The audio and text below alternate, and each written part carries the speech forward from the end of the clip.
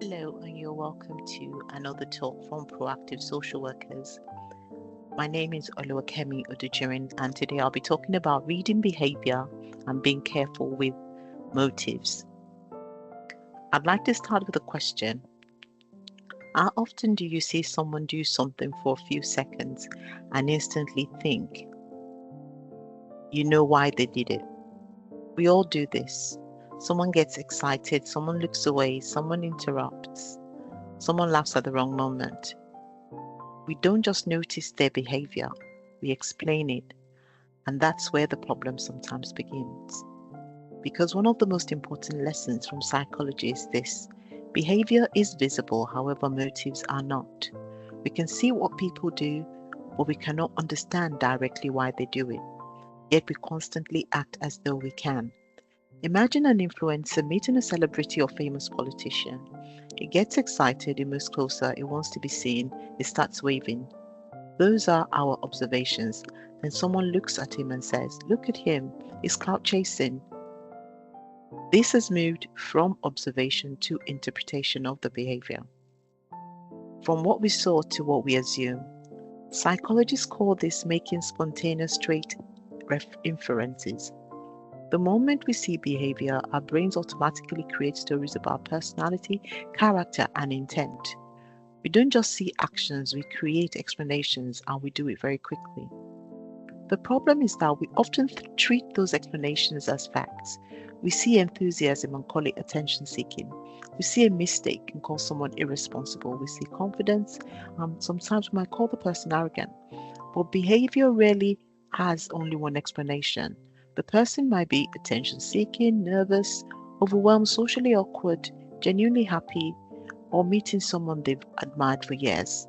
A short clip usually doesn't tell us which of the explanations is correct.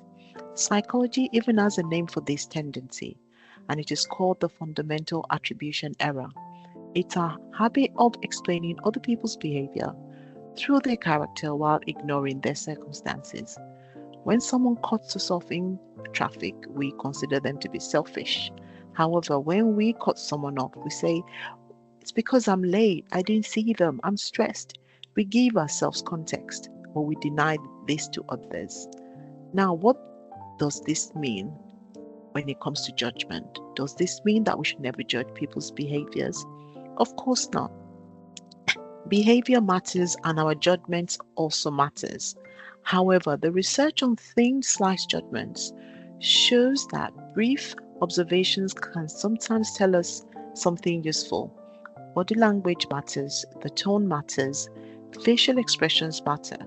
But the closer we stay to what we actually observed, the more accurate we would be. For example, it looks excited, that's the observation. It seems interested, reasonable inference. It wants attention, bigger assumption. It's doing it for status, that's bigger still. Is definitely a clout chaser, that is pure speculation. Every step away from the behavior we have observed requires more evidence. What's fascinating is that two people can watch the exact same video and reach completely different conclusions. Why is that? Because we don't arrive as neutral observers. We bring our beliefs with us. If I already dislike someone, confidence becomes arrogance. If I already like them, then their confidence becomes leadership.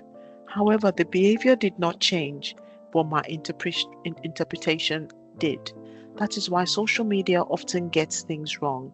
Social media rewards certainty, not nuance. Nobody goes viral by saying, "There are several possible explanations and we need more evidence."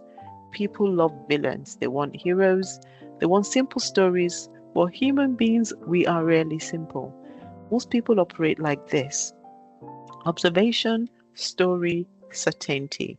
However, a wiser approach could be observation, possibilities, patterns, and conclusion. Observe what happened. Consider multiple explanations. Look for patterns, then decide.